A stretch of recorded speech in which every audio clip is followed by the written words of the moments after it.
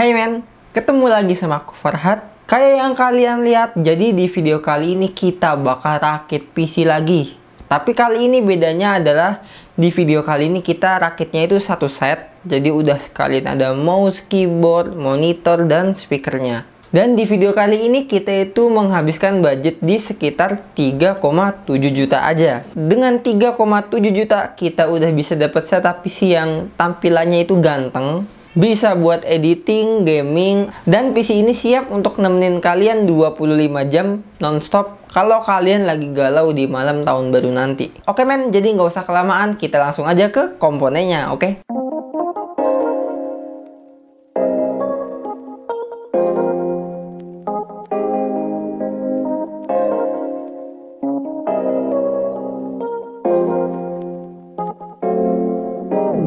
Untuk motherboardnya, di sini kita pakai Mobo sejuta umat lagi, yaitu Mobo H61.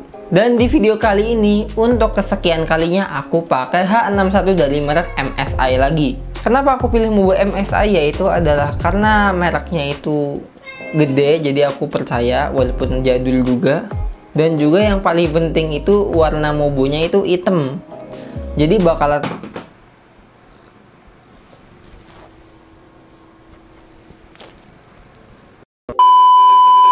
bakalan cocok untuk setup PC kali ini. Mobo H61 itu sekarang dijual di marketplace ada di sekitar 198.000 ya. Aku udah pernah nemu. Nanti kalian tinggal pilih-pilih aja cari yang warnanya hitam biar cocok sama build kali ini. Lanjut ke prosesornya, kita pakai prosesor yang sama kayak di rakitan PC episode 6 atau berapa ya? Episode 5. Yaitu adalah Intel Xeon E3 1220V2. Prosesor ini tuh punya 4 core dan 4 thread ya. Dia itu punya speed di 3,1 GHz dan boostnya bisa sampai 3,3 GHz. TDP-nya 69 watt dan prosesor ini tuh mirip sama i5 3470. Bedanya yang ini tuh nggak punya eGPU aja. E3 1220V2 ini di marketplace itu sekarang udah ada di 200 ribuan doang. Terus untuk CPU coolernya, di video kali ini kita tuh pakai CPU cooler murah meriah. Apalagi kalau bukan CPU cooler bawaan Intel. Ya nggak ada spesialnya sih, cuman ya karena harganya cuma 20 ribuan jadi aku pilih ini aja. Terus untuk RAM, di video kali ini kita pakai RAM 8GB x 2 dari SK Hynix. 8GB x 2 itu artinya 16GB. Kenapa kita pakai 16GB? Yaitu karena kita itu nggak pengen khawatir pas kita lagi mainin game. Takut nanti RAM-nya itu mengkis-mengkis ya kan.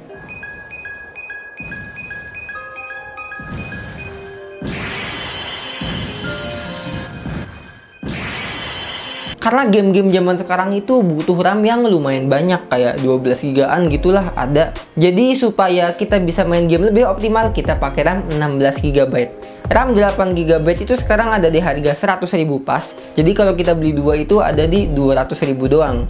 Lanjut ke penyimpanannya, di video kali ini kita pakai komposisi penyimpanan yang hampir sama setiap kita build PC ya, yaitu SSD dan hard disk. Di video kali ini aku tuh pakai SSD dari Kingston 128GB dan kondisinya itu bekas. Kalau kalian mau beli yang bekasan juga, di marketplace itu ada SSD 120GB copotan PC build up. Harganya ada di sekitar 100 ribu aja. Tapi kalau kalian mau beli baru ya ada di sekitar 150 ribuan. Sebenarnya di build kali ini kita pakai SSD kan fungsinya buat sistem doang ya. Jadi misalkan nanti suatu saat SSD-nya rusak ya, foto-foto kita kan nggak di SSD, jadi aman ya kan. Terus untuk penyimpanan, di video kali ini kita pakai hard disk 1 TB supaya kita itu nggak khawatir juga. Karena game-game zaman sekarang itu udah gede-gede banget coy. Ada yang 100 GB. Kalau kita punya game 100 GB-an atau 90 GB-an ya, di hard disk ini muat 10 lah kira-kira. Hard disk 1 TB ini tuh sekarang di marketplace ada di harga sekitar 140 ribuan aja. Udah murah banget daripada tahun-tahun kemarin. Terus untuk VGA-nya, di video kali ini kita pakai VGA hemat daya Lord Kaisar Raja Emperor GTX 1050 2GB. Di video kali ini aku pakai dari Zotac Mini. Dia itu cuma punya satu fan. VRAM-nya 2GB, GDDR5 dan TDP-nya 75 watt doang. Jadi meski fan-nya cuma satu, bakalan masih adem juga suhunya. GTX 1050 2GB di marketplace itu harganya ada di sekitar 750 ribuan aja. Perlu diingat kalau tiap merek pasti punya varian yang berbeda dan harganya itu juga pasti berbeda. Yang single fan sama yang dual fan jelas lebih mahal yang dual fan biasanya. Terus untuk jantung di PC build kali ini, aku tuh minjem barang dari GameMax yang berupa PSU, yaitu GameMax GE500. Dengan kapasitas 500 watt dan 80 plus watt. Dia itu udah punya 6x1 power pin PCI ya. Jadi misalkan kita pakai VGA yang ada pin powernya, PSU ini masih sanggup. Kabelnya juga udah bagus, udah gepeng-gepeng dan warnanya hitam. Walaupun kabel 24 pinnya itu masih gemuk-gemuk. Ya satu doang yang gemuk sih, 24 pin. Masih oke lah. Nah, GameMax GE500 itu di marketplace ada di harga 429.000 aja. Terus untuk casingnya, di sini kita juga pakai dari brand GameMax, yaitu GameMax Edge 6650 yang warnanya itu full hitam dan desainnya itu minimalis banget. Sekilas kalau dilihat itu kayak fractal note ya kan. Dari fasad depan-depannya yang cuma garis-garis doang itu tuh jelas kalau di pikiranku fractal note. Walaupun kelihatan rada tinggi, tapi casing ini tuh bisa untuk MATX dan ITX doang. Jadi kalau ATX itu nggak bakal muat ya. Untuk airflow-nya di PC ini tuh bagus banget. Di bagian depan ada ventilasi gede banget, di atas ada ventilasi juga, dan di belakang juga ada ventilasi. Jadi udaranya bakalan optimal. Nah, bagi kalian yang penasaran sama reviewnya, aku bakalan review casing ini dan diuploadnya itu tahun depan aja ya. Jadi tungguin aja, oke? Nah, GameMax Edge 6650 ini tuh di marketplace ada di sekitar 349.000 aja. Dan kita udah dapat satu buah fan yang RGB fix. Dan di build ini tuh sayangnya kita cabut fannya. Karena konsepnya hitam-hitam, jadi kita pasangin lagi fan 12 cm yang warna hitam doang. Di marketplace itu harganya ada di 13 ribuan aja.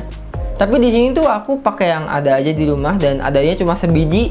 Jadi aku cuma pasang di bagian belakang dan lagi-lagi posisinya tuh buat intake. Biasanya orang tuh pasang fan di belakang buat exhaust. Aku pasang buat intake cok di bagian belakang. Tapi untuk masalah fan ini tuh sebenarnya opsional aja. Mau pakai kipas Wadesta juga nggak masalah kok. Sampai sini kita totalin dulu PC-nya, oke? Untuk keseluruhan PC-nya doang, di build volume 7 ini tuh kita menghabiskan dana 2.404.000 aja. Dengan deskripsi sebagai berikut. Terus untuk peripheralnya, di sini kita bakal bahas dari monitor dulu, oke? Di video kali ini kita pakai monitor 24 in dari Ipason, yaitu Ipason E2425AT yang punya resolusi 1080p 24 in, panel VA dan refresh rate-nya ada di 75 Hz aja.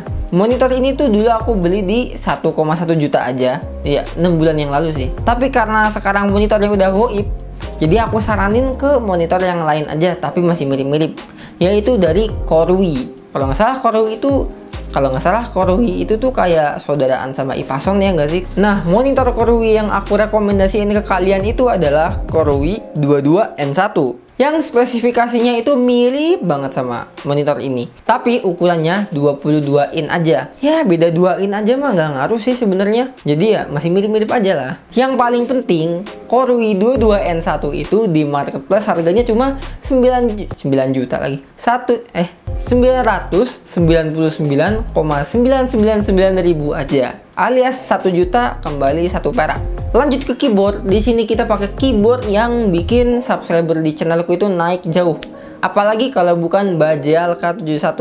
Ini tuh keyboard mekanikal yang layoutnya itu TKL F-Rowless, jadi TKL yang nggak ada F-Row-nya. Dan harganya cuma 70 ribuan aja. Di video kali ini aku tuh pakainya yang warna putih ya. Tapi karena ini kan udah semuanya hitam, aku saranin ke kalian sih ya yang warna hitam aja biar serasi. Terus untuk mouse-nya, di sini kita pakai mouse wireless yang wujudnya itu ala-ala mouse gaming, udah honeycomb, apalagi kalau bukan dari brand HXSJ, yaitu HXSJ T66 yang udah aku review kemarin. Nah, HXSJ T66 ini tuh Wujudnya bagiku keren banget, kayak yang aku bilang tadi, kayak mouse yang harganya di 500 ribuan gitulah. Padahal mouse ini tuh kita bisa dapetin dengan harga cuma 40 ribu aja men. Gila nggak tuh? Harganya 40 ribu tapi wujudnya tuh mantep banget. Abis itu kita lanjut ke keset meja alias desk mat. Di video kali ini aku tuh pakainya Daxa Retro Mouse Mat yang ukuran lebarnya 80 cm, kedepannya 40 cm dan tebalnya 5 mili. Jadi misalkan kalian lagi main PC sampai ketiduran, bakalan kerasa empuk-empuk gimana gitu. Daxa Retro Mouse Mat ini tuh di marketplace ada di harga sekitar 125.000 aja. Gila murah kan? Nah lanjut terakhir kita bahas speakernya. Tapi di video kali ini kita nggak pakai speaker, kita itu cuma pakai IM in-ear monitor dari merek QKZ, yaitu QKZ AK6. Kenapa aku pilih ini tuh karena dia itu suaranya bagus ya. Dan yang penting harganya itu cuma 30.000 aja pak. Ini tuh lebih bagus daripada headset yang kalian beli di counter-counter itu. Di total untuk peripheralnya aja di build kali ini tuh kita menghabiskan dana 1.272.000 aja. Bahkan kalau kita bandingin sama SR24R dari Samsung yang harganya 1,4 juta, ini tuh masih kembali 200.000 men. Jadi bayangin, kalian pilih satu monitor itu SR24 atau kalian pilih ini. Coba udah kayak super deal anjir. Nah, kalau digabung rakitan PC sama peripheralnya, kita itu menghabiskan dana 3.675.000 aja. Dengan uang 3,7 juta aja, kita itu udah dapat spek PC dengan budget 3,7 juta aja. Kita itu udah dapat spek PC yang masih oke di 2023 ini dan wujudnya enak dilihat. Di video kali ini kita itu nggak pakai mouse kabel yang looknya kayak mouse warnet, keyboard membran yang murahan itu, atau headset murahan yang kresek-kresek. Kita pakai barang yang paling oke di harganya. Aku yakin banget karena mana ada mouse wireless 40 ribuan yang wujudnya begini, keyboard mechanical 70 ribuan yang wujudnya begini, kan juga ini doang setauku deh. Jadi ini tuh udah best deal banget coy. Dan yang paling penting peripheralnya ini tuh semuanya kondisinya baru. Jadi kalian bisa ngerasain barang baru walaupun kita kere gitulah. Ya gitulah. Karena kere itu bukan keterbatasan, oke? Oke, kita udah tahu kalau peripheralnya itu nyaman.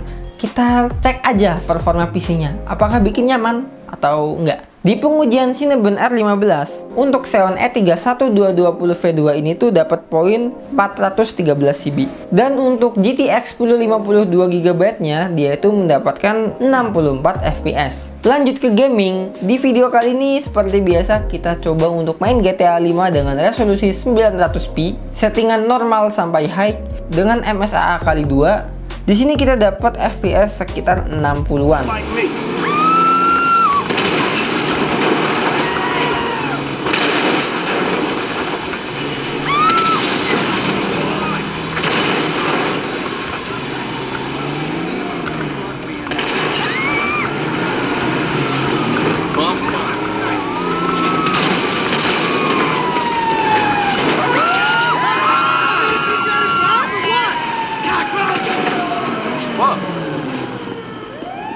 Lanjut ke CS2 di resolusi 1080p, resolusinya low dengan MSAA kali 2. Di sini kita bisa dapat 110-an FPS.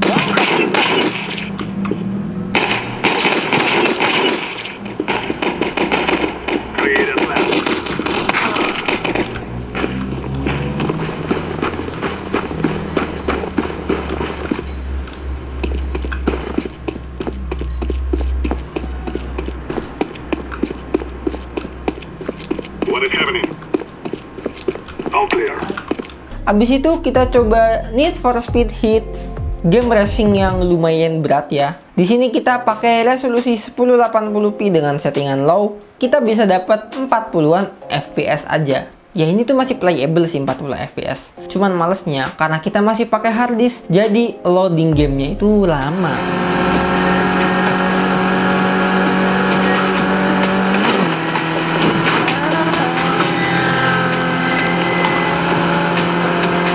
Habis Habis itu kita coba untuk editing video di Adobe Premiere Pro 2021. Di sini kita coba preview video review mechanical keyboard Bajal K71 ini dengan preview full, resolusinya 1080p 30 fps. Di sini PC ini tuh masih enak-enak aja, masih lancar, kecuali di bagian transisi right click-nya. Tulisan 71 key mechanical gaming keyboard. Mirip sama K6460 kemarin ya packagingnya. Nah, lanjut ke paket pembelian.